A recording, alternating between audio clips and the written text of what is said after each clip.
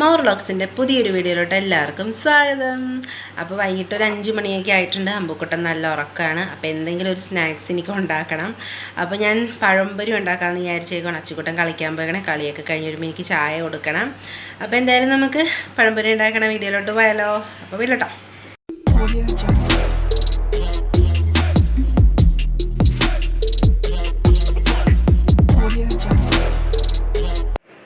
അപ്പം ഞാൻ എന്താ പഴമൊക്കെ എടുക്കുവാണ്. അപ്പോൾ പഴം നല്ല അത്യാവശ്യം നല്ല രീതിക്ക് പഴുത്തിട്ടുണ്ട് കേട്ടോ.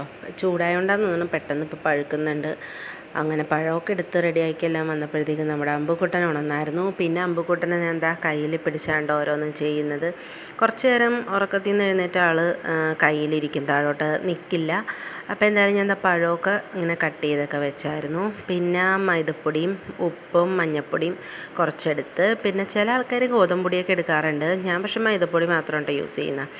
അങ്ങനെ അതൊക്കെ മിക്സ് ചെയ്തെല്ലാം റെഡിയാക്കി വെച്ചിട്ട് ഒരു പാൻ വെച്ചു. പിന്നെ അതിലോട്ട് കുറച്ച് എണ്ണയൊക്കെ ഒഴിച്ചു കൊടുത്ത് എണ്ണ ചൂടായി വരുമ്പോൾ പിന്നെ ഞാൻ പഴംപൊരിയൊക്കെ ഉണ്ടാക്കാനായിട്ട് ആദ്യത്തെ സെറ്റൊക്കെ ഇട്ടിട്ടുണ്ട്. അപ്പം നല്ലോണം എണ്ണ ചൂടായി കഴിഞ്ഞപ്പോഴാണ് ഞാൻ പെട്ടെന്ന് തന്നെ ഇട്ട്.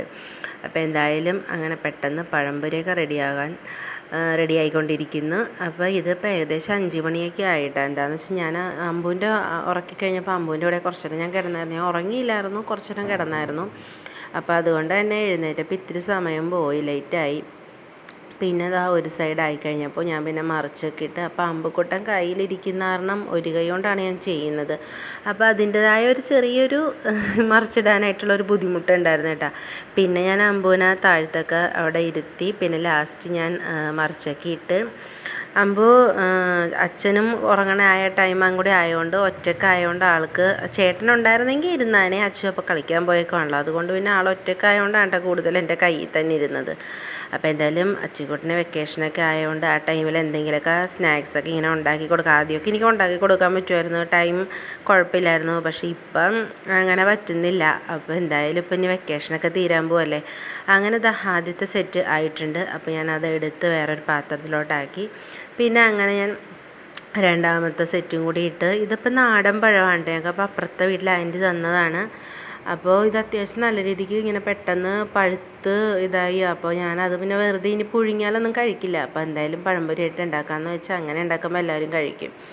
അങ്ങനെ പഴംപൊരി ഇഷ്ടമായതുകൊണ്ട് ഞാൻ പിന്നെ പഴംപൊരി ഉണ്ടാക്കാമെന്ന് വെച്ച്. അപ്പോൾ ഇപ്പുറത്തെ അടുപ്പിൽ ഞാൻ പിന്നെ ചായക്കും കൂടി വെച്ചിട്ടുണ്ടായിരുന്നു കട്ടൻ.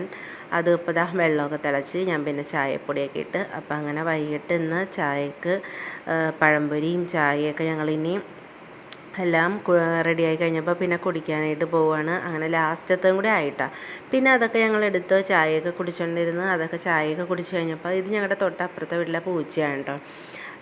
അതിനിടയ്ക്ക് ഇങ്ങനെ അഴിച്ചു വിടാറുണ്ട്. അപ്പോൾ ഞങ്ങളുടെ വീട്ടിലോട്ട് വരാറുണ്ട്. അങ്ങനെ വന്നപ്പോൾ ഞാൻ ജസ്റ്റ് വീഡിയോ എടുത്തതേ ഉള്ളൂ. അമ്പുവിന് ഭയങ്കര ഇഷ്ടമാണ്. നമ്മൾ തൊടാനൊന്നും സമ്മതിക്കത്തില്ല. ജസ്റ്റ് അതിങ്ങനെ വന്ന് ഇങ്ങനെ കുറച്ച് നേരമൊക്കെ ഇരുന്നിട്ട് നമ്മുടെ വീട്ടിലെ സിറ്റ് ഔട്ടിലൊക്കെ ആണെങ്കിലും കുറച്ച് നേരമൊക്കെ ഇങ്ങനെ ഇരിക്കും. അത് കഴിയുമ്പോൾ അത് പോവും.